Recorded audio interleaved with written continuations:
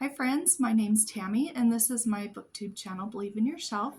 And today I have a video for you that's a little bit different, but we're going to get into that in just a few minutes. I just wanted to take 2 or 3 minutes to give you the update on what I've been doing with my counted cross stitch. I showed the Halloween project that I'm working on. I've been working on that quite a bit and I'm actually about probably a quarter of the way done with that. And when I'm done, I do plan on learning how to stretch the canvas and pin it and do all the things so that I can frame it myself. So I will show you that when I get it done. Also, the ocean one that I showed you that I'm so excited about, I had started it on the pre-printed canvas because I ordered the counter cross stitch pattern and it came with it also pre-printed on some canvas. And I showed you that, and that was so busy and so crazy that it just was mind-boggling to me. So I just quit doing that. I tossed it, in fact, in the trash because there was no way in the world I was ever going to do that with on that printed canvas. So I am doing the counted cross stitch version on plain canvas and it's so much easier, but that one's going to be a while. I'm not going to show you any updates on that for a while.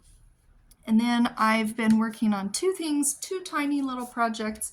I just finished this one last night and it's a cute little bird, and it's one of those little trifold cards. You know, it's got the 3 pieces and you put your cross stitch piece inside, and this card will be going to a friend. The funny thing is with my booktube channel is I have made so many fun friends, and I hope eventually that I could just make something little for each one of you. But I do have some that have asked to be my pen pal, which is the coolest thing in the whole world. I think that's so much fun. I don't think I've ever had a pen pal. Of course, I was born in the 60s, so we wrote letters and whatever in the 70s and 80s, but I didn't have an official pen pal that I've never met in person, but I've got a couple now, and I've started, don't mind, I've got my little threads sticking out here, but I did this morning. This is going to end up being this. And that's going to go to a different pen pal. So that's kind of fun. So that's what I've been doing with that. I've gone 3 minutes. Let's get into the books.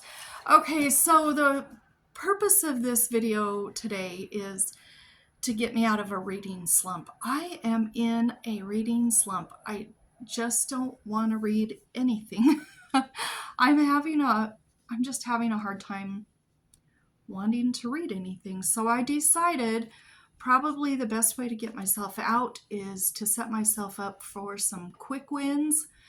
And I want to find some books that look easy and fun and quickly readable. Some books that I can just read quickly, enjoy them, and hopefully if I've read several books, then I'll get myself out of the reading slump. I don't know what else to do other than just to ride the wave. So we'll try. I've got 5 books here. What I'm going to try and do is read 5 books in 5 days. So I'm going to show you, I have 3 middle grade books because those I will be able to read quickly. And then I have 2 adult books that one of them might take a little bit longer, but I'm hoping I can get all 5 of these books read. So today is, what is it? It's Wednesday. So Thursday, Friday, Saturday, Sunday, Monday. So I will come back on Tuesday of next week and let you know if I did read all 5 of these books in 5 days. The first book I talked about on my June TBR video. I do want to read it. It's Goodbye, Mr. Chips by James Hilton. And this was sort of autobiographical, And let me take my glasses off here. This was first published in 1934, and it has provided the basis for 2 award-winning feature films, a stage musical, a radio play, and 2 television adaptations. And it is the story of James Hilton, actually, when he was a professor at Cambridge. And this says that it was inspired by the unremarkable and extraordinary alike, by his colleagues, by a woman who would change him forever, and not least by his children, thousands of them, all boys. So, I don't know, it's really short, so I'm hoping it will hold my interest enough just to read it, get through it, and have an easy win. So that's the first book I have pulled out. The second one I have is a Kennedy Stern Christian suspense novel called Secluded by Alana Terry. And that's what the cover of that looks like. Now, this is interesting. Kennedy is our main character, and she's going to go to Alaska. And I'll just read this sentence or two. It says, but her plans to spend Christmas break on her roommate's homestead are demolished when she gets stranded off-road.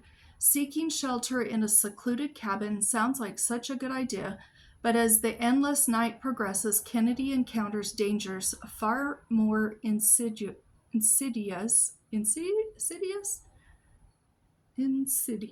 I think it's insidious than the freezing weather. First thing, I gotta look up insidious and see what that means.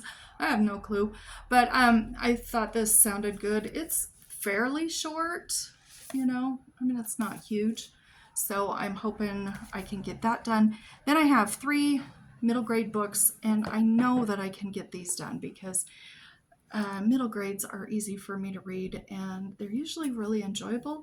I have a Nancy Drew book, number 21 by Carolyn, Keene, The Secret in the Old Attic, and I like the cover of that one. I've got a couple Nancy Drews that I haven't read, and this cover looks really interesting to me. I don't know anything about it, but I'm going to try and read that. Then I have a book that was given to me by my youngest granddaughter for Mother's Day, and it's called No Children, No Pets by Marion, Holland. And this is an older book. Let me take my glasses off again. If you're of a certain age, even glasses, you can't read anything.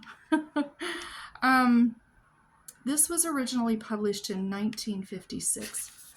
A cute little illustration up at the front.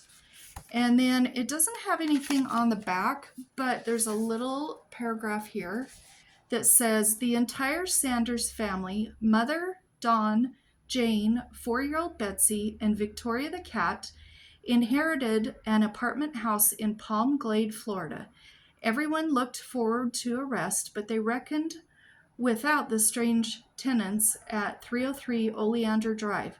Little did they dream that they would soon become involved not only with a hurricane, but also with Miss Gidding's carefully guarded secret, Miss Pennypacker's ruby clip, a missing superintendent, and a strange and homeless boy.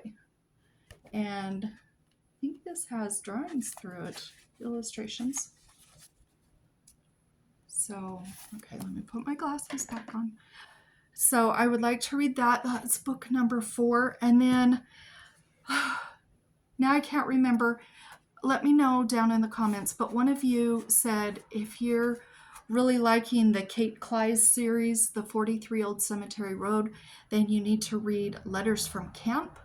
And the instant I read that comment several videos back, I got onto Amazon and I ordered this book immediately. So this is called Letters to Camp by Kate Klise, and it says, Camp happy harmonies, not as peaceful as its name.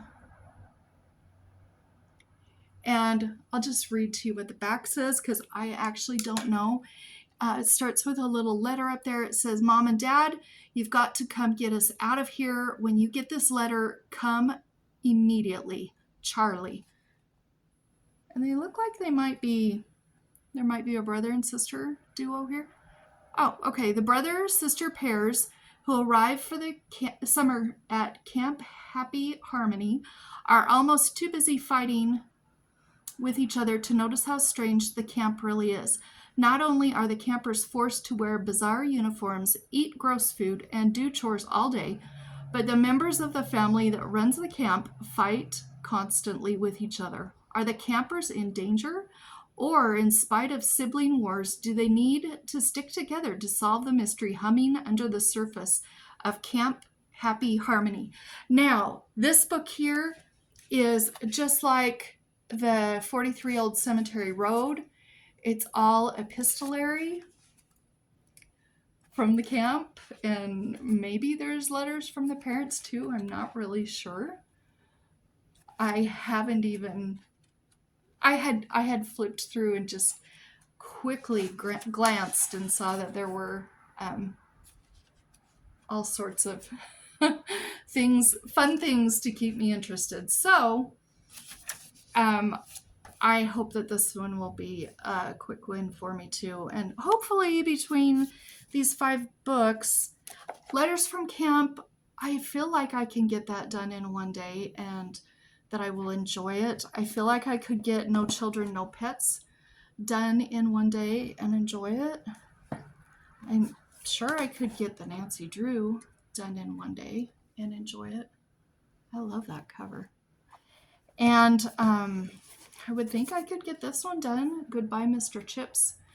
It's under 100 pages, so I would think I could get that done in one day. And then Secluded, I might not be able to get it done in one day, but I'm going to try really hard. I'm going to try and read all 5 of these in 5 days, and I'll let you know next Tuesday if I accomplished it. And if I feel like maybe I'm out of my reading slump at that point, because I don't know how to get out of it.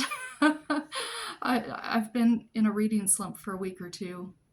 So if you have any hints or tips of how to get out of a reading slump, let me know down below, and we'll talk to you later. Bye-bye.